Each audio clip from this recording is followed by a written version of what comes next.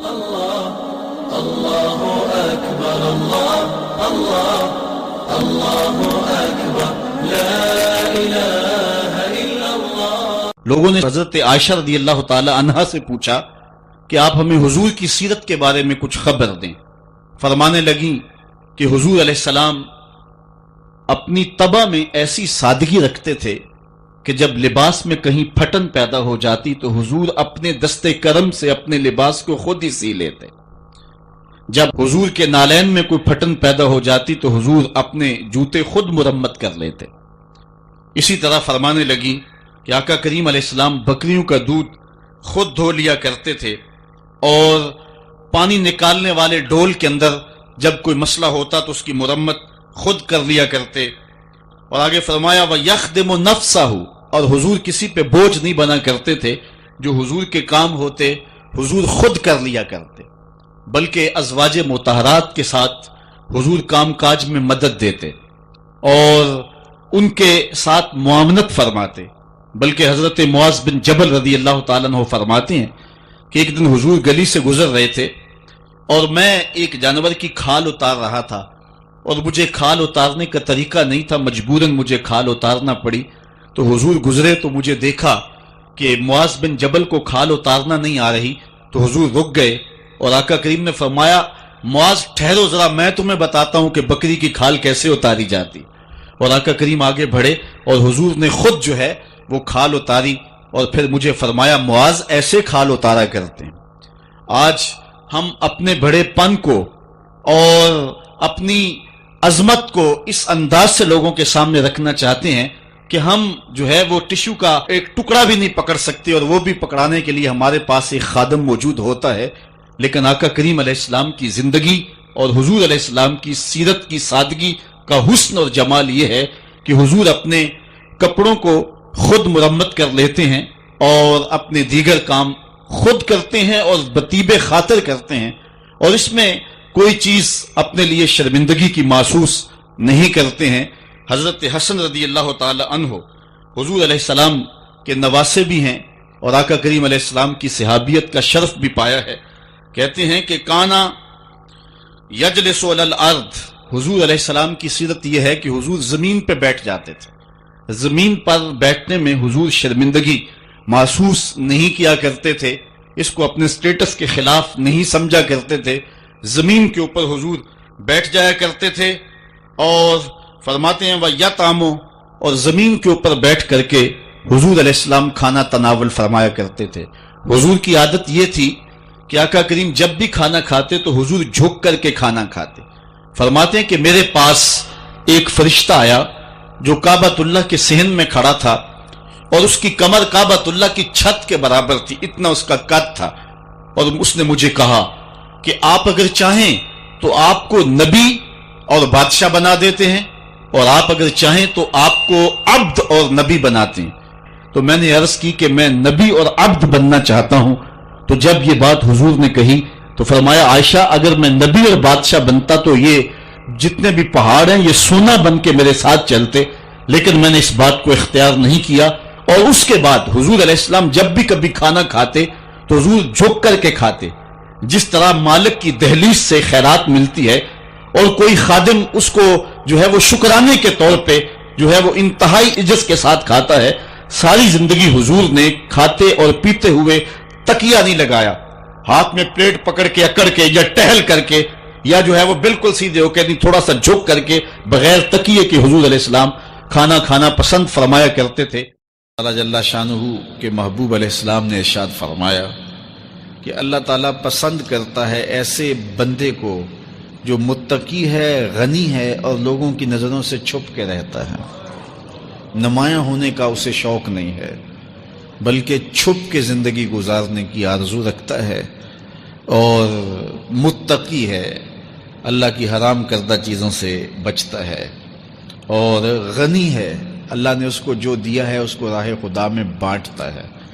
تین صفتیں جس بندے میں ہیں، متقی ہے، غنی ہے اور مخفی رہنے کا مزاج ہے۔ میرے حضور فرماتے ہیں وہ ایسا بندہ ہے جس سے رب ہو کے پیار کرتا ہے کہ یہ میرا بندہ ہے۔ تو اپنی زندگی گزارو تقوی کے نور سے زندگی گزارو، خلق خدا کو بانٹتے ہوئے بسر کرو، جو تم کو اللہ نے دیا اس کو بانٹ دو لوگوں میں۔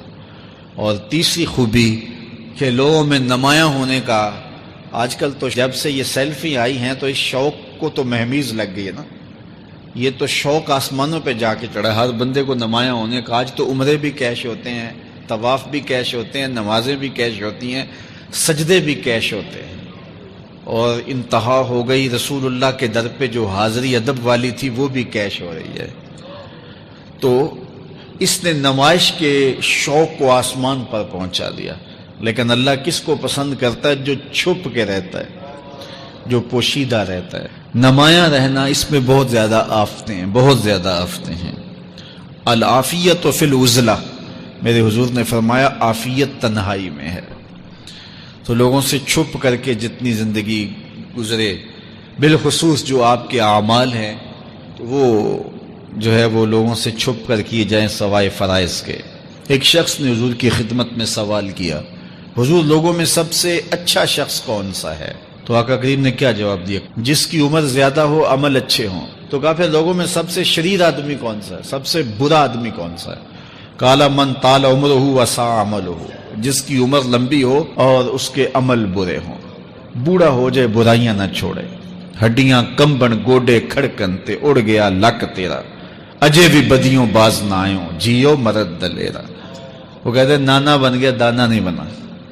تو جس کی عمر زیادہ ہو لیکن اس کے عمل کرتوتیں اچھی نہ ہو، بوڑھا ہونے کے باوجود بھی شرارتیں کرتا ہو، دو آدمیوں کو لڑاتا ہو، میاں بیوی کے درمیان تنازع کھڑے کر دیتا ہو، خاندانوں کے اندر شر پھیلاتا ہو، لڑائیاں پیدا کرتا ہو، متکبر ہو، اس کی چال ڈھال متکبرانہ ہو، اس کی نظر میں حیا نہ ہو، اس کی زبان گندگی اور غلاظت بکتی ہو، گالیاں دیتا ہو، عمر ہو گئی ہے لیکن اس کے عمل اچھے نہیں۔ فرمایا سب سے اچھا شخص دیکھنا ہے تو وہ ہے کہ جس کی عمر زیادہ ہے، عمل اچھے ہیں۔ سب سے برا شخص دیکھنا ہے تو وہ ہے جس کی عمر زیادہ ہے، عمل برے۔ اگلی روایت حضرت ابو کبشہ الانماری رضی اللہ تعالی عنہ سے مروی ہے، میرے حضور نے فرمایا 3 چیزیں ایسی ہیں جن پر میں محمد ہو کے رب کی قسم اٹھاتا ہوں۔ ان میں سے پہلی بات یہ ہے کہ میں قسم کرتا ہوں کہ صدقے سے مال کم نہیں ہوتا، اور دوسری بات اگر کسی نے کسی پہ زیادتی کی اور اس نے کہا جا میں نے معاف کر دیا، تو حضور فرماتے ہیں میں قسم دیتا ہوں اس کی عزت کم نہیں ہوگی۔ ہو سکتا ہے کوئی شریک کہہ دے اور ڈر دے معاف کرتا ہی، کہا وہ کہہ دے، لیکن میں محمد قسم دیتا ہوں کہ عزت کم نہیں ہوگی، میں رب سے عزت لے کے دوں گا اسے۔ اللہ اکبر۔ تیسری بات، جب کوئی شخص سوال کا دروازہ کھول دیتا ہے، مانگنے لگ جاتا ہے، تو میرے حضور فرماتے ہیں میں قسم اٹھا کے کہتا ہوں اللہ اس پر محتاجی کا دروازہ کھول دیتا ہے۔ جو مانگنے لگ جاتا ہے پھر مانگتا ہی رہتا ہے۔ ہم نے دیکھا کچھ لوگ بچپن سے مانگتے ہیں، بڑھاپے تک مانگتے رہتے ہیں، ان کی کبھی ضرورت پوری نہیں ہوئی۔ یہ قرض مانگنے کی عادت جس کو پڑ جائے تو وہ بھی ساری زندگی قرض ہی مانگتا رہتا ہے، ہر وقت مقروض۔ تو جس کو مانگنے کی عادت پڑ جائے تو میرے حضور فرماتے ہیں میں قسم اٹھا کے کہتا ہوں محتاجی کا دروازہ بند نہیں ہوتا، محتاجی اس کی جو ہے وہ مستقل اس کے اوپر مسلط کر دی جاتی ہے، وہ مانگتا ہی رہتا ہے۔ تو آئیے اس مختصر زندگی کو اللہ کے نام لگائیں، اس کے ذکر سے وابستہ کریں۔ یقول اہلکت مالا لبدا، وہ یہ کہتا ہے کہ میں نے ڈھیروں مال فنا کر دیا، دولت کے نشے کے اندر وہ یہ ڈھینگے مارتا ہے کہ میں نے اتنا مال لگا دیا، اتنا مال لگا دیا۔ وہ فضول خرچیاں کرتا ہے اور پھر اس کو اپنی نمائش بناتا ہے، عالی شان محلات بناتا ہے اور بڑے بڑے جو ہے وہ منصوبے تراشتا ہے اور پھر اس پر مال صرف کر کے اس کو اپنی نمائش کا ذریعہ بناتا ہے اور کہتا ہے میں نے اتنا مال لگا دیا، میں نے اتنا مال لگا دیا۔ اَيَحْسَبُ أَن لَّمْ يَرَهُ أَحَدٌ، اللہ تعالیٰ ارشاد فرماتا ہے وہ گمان نہیں کرتا کہ اس کو کسی نے دیکھا ہے، کوئی ہے جو اس کی ان حرکتوں کو دیکھ رہا ہے۔ وہ جو اتنے مال صرف کر رہا ہے اور فضول خرچیوں پر، عیاشیوں پہ پیسے اڑا رہا ہے، اسے اپنی ہمسائیگی کے اندر بیوہ کی یتیم بچیاں بوڑھی ہوتی ہوئی نظر نہیں آ رہی، اس کو نان شبینہ کو ترستے ہوئے یتیم بچے نظر نہیں آ رہے ہیں۔